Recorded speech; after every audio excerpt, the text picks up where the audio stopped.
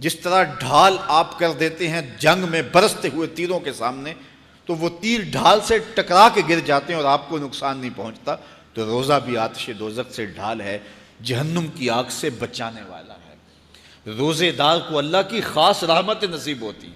ایک حدیث میں آتا ہے کہ روزے دار کو دو خوشیاں نصیب ہوتی ہیں۔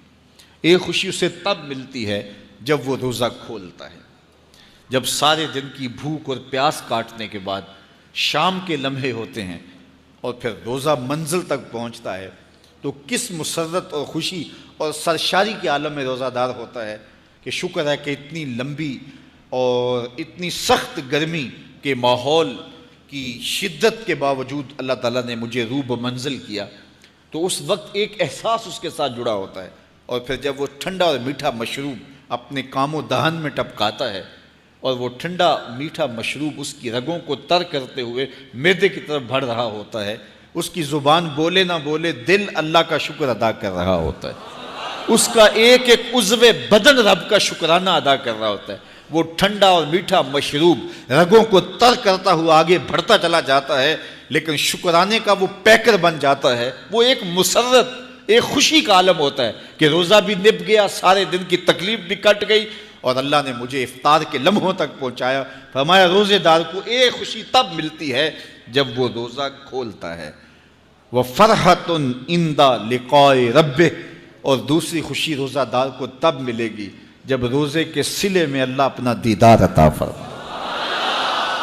بنی آدم کے جتنے بھی عمل ہیں 10 سے لے کر 700 گنا تک اس کا ثواب اولاد آدم کو اس کا دیا جاتا ہے۔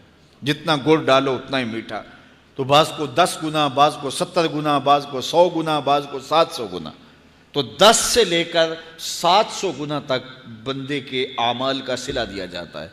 لیکن میرے حضور نے فرمایا لیکن روزہ جو ہے اللہ فرماتا ہے وہ میرے لیے ہے اور اس کا اجر میں خود عطا کروں۔ جب وہ خود عطا کرے گا تو کتنا عطا کرے گا؟ سخی اتنا بڑا ہو تو پھر کیا عطا کرے گا؟ بلکہ بعض نے اس کو عجزی بہی کی بجائے عجزہ پڑھا ہے بصیغہ مجہول، کہ روزہ میرے لیے ہے اور اس کی جزا میں خود ہوں۔ باقی اعمال کی جزا جنت ہے، جنت کی نعمتیں ہیں اور بہت کچھ ہے، لیکن روزے کی جزا میں خود ہوں۔ اور جس کو وہ خود مل گیا پھر جنت میں مل گئی، جنت والا جو مل گیا پھر جنت بھی مل گئی، جنت کی نعمتیں بھی مل گئیں۔ تو روزہ اللہ کی خوشنودی کا ذریعہ ہے، اس کی رضا کا ذریعہ ہے۔ تو خوش نصیب لوگ روزے کی برکتیں حاصل کرتے ہیں۔ اور ایک روایت میں آتا ہے جب رمضان المبارک کا آغاز ہوتا ہے، اللہ اہل ایمان کو، اپنے بندوں کو محبت کی نظر سے دیکھتا ہے، اور اللہ جس کو محبت کی نظر سے دیکھ لے پھر اسے کبھی عذاب نہیں دے گا۔ اللہ اکبر۔ تو یہ روزہ دار کے لیے اللہ کی کرم نوازیاں ہیں، اللہ کی رحمتوں کے اجالے ہیں جو اس کے اوپر برستے ہیں۔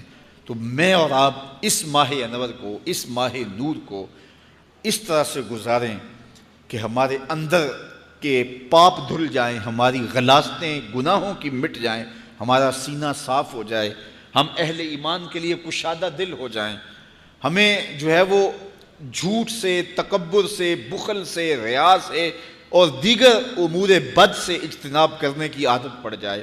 روزہ جو سکھانا چاہتا ہے ہم وہ اس سے سیکھ لیں، اور روزے کی برکات ضبط نفس کی صورت میں ہمیں نصیب ہو جائیں، تو ہم روزے کے بعد بھی، ماہ صیام کے گزرنے کے بعد بھی ایک نئی زندگی لے کر، ایک تازگی لے کر، ایک نور و روشنی لے کر کے جو ہے وہ معاشرے کے، اسلامی معاشرت کے ایک اہم فرد کی صورت کے اندر جو ہے وہ سامنے آئیں۔